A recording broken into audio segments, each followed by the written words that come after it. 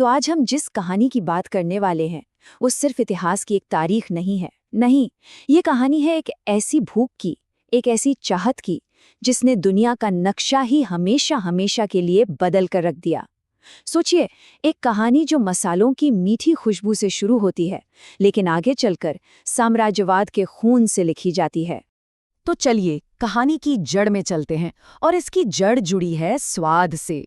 जरा कल्पना कीजिए, 15वीं सदी का यूरोप। खाने की टेबल पर क्या है? बस बेस्वाद उबला हुआ मांस, रोज वही। अब दूसरी तरफ नजर डालते हैं भारत पर, एक ऐसा खजाना जहां काली मिर्च, लौंग, दालचीनी जैसे जादुई मसाले हैं। ऐसे मसाले जो किसी भी बेजान खाने में जान डाल दें। और बस यूरोप को इसी जादू की, इसी स्वाद की सख्त जरूरत थी। लेकिन एक बहुत बड़ी प्रॉब्लम थी। इन मसालों तक पहुंचना आसान नहीं था, बिल्कुल भी नहीं। क्यों?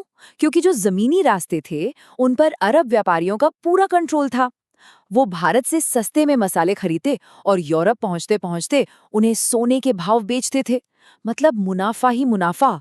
और जाहिर है, यूरोप के राजा इस खुली लूट से तंग आ चुके थे, बहुत बेचैन थे। तो जमीनी रास्ते तो एक तरह से बंद थे। इसलिए पुर्तगाल और स्पेन जैसी जो बड़ी ताकतें थीं, उन्होंने एक ही दूसरे रास्ते की तरफ देखा। और वो रास्ता था विशाल, भयानक और अनजान समंदर का। और देखिए, ये सिर्फ एक फिजिकल चैलेंज नहीं था कि चलो जहाज लेकर निकल पड़ते हैं। नहीं, ये एक मनोवैज्ञानिक डर था, एक खौफ। उस जमाने में ये माना जाता था कि समंदर के पार दुनिया खत्म हो जाती है, कि वहां बड़े बड़े दैत्य हैं जो जहाजों को निगल जाते हैं।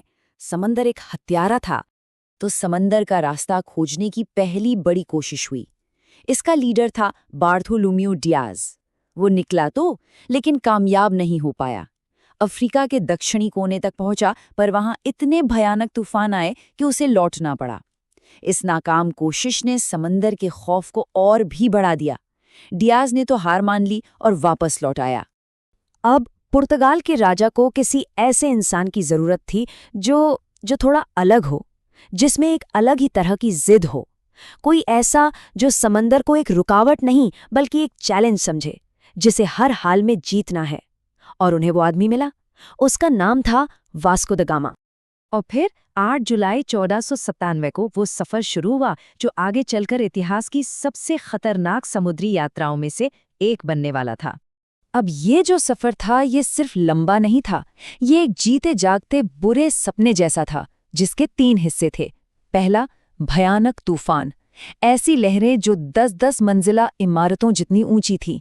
दूसरा, एक खामोश दुश्मन, स्कर्वी नाम की बीमारी। ये नाविकों को अंदर से खा रही थी, मसूड़ों से खून, दांत गिर रहे थे।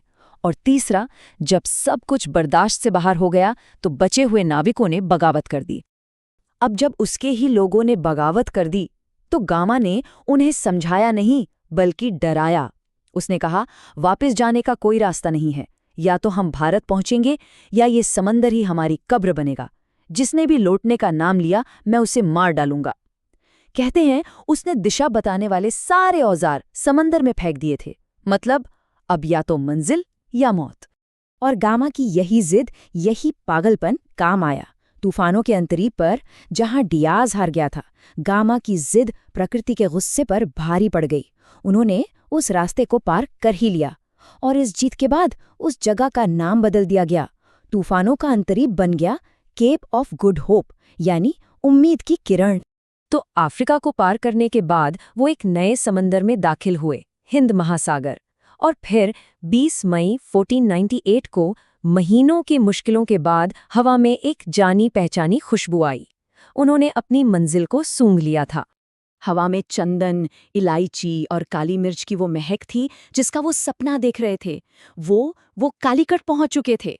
कहते हैं कि जहाज से उतरते ही सारे नाविक जमीन पर घुटनों के बल गिर पड़े, रो रहे थे, रेत को चूम रहे थे।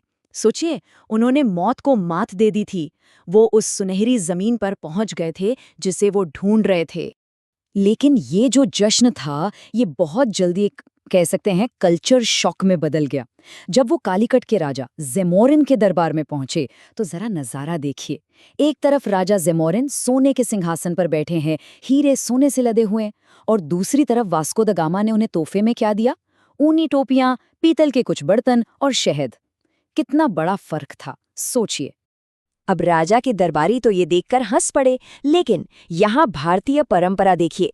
राजा जमोरिन ने उन मेहमानों का अपमान नहीं किया, बल्कि उन्होंने भारतीय मेहमान नवाजी निभाते हुए गामा और उसके लोगों का स्वागत किया और उन्हें व्यापार करने की इजाजत भी दे दी। गामा ने कालीकट की वो बेहिसाब दौलत अपनी आंखों से देख ली थी, और बस उसका मिशन बदल गया। अब वो सिर्फ व्यापार करने नहीं आया था, उसकी आंखों में एक अलग ही चमक थी, एक लालच था, कुछ बहुत बड़ा करने का। तो जब गामा वापस पुर्तगाल लौटा तो हिसाब किताब हुआ, और पता है क्या निकला? इस पूरे खतरनाक सफर का सारा खर्चा निकालने के बाद भी जो मुनाफा हुआ वो लागत का 64 गुना था। 64 टाइम्स। ये कोई छोटी मोटी रकम नहीं थी। और बस 64 गुना मुनाफे की ये खबर पूरे यूरोप में जंगल की आग की तरह फैल गई। एक होड़ सी मच गई। हर देश अब भारत पहुंचना चाहता था। एक रेस शुरू हो चुकी थी। वास्को डी गामा ने जो समुद्री रास्ता खोला था ना, वो अब कोई अनजान रास्ता नहीं रहा।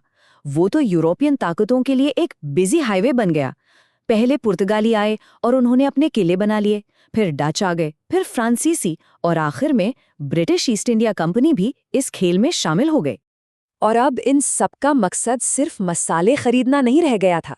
अब नजर थी पूरी सोने की चिड़िया पर, यानी पूरे भारत पर।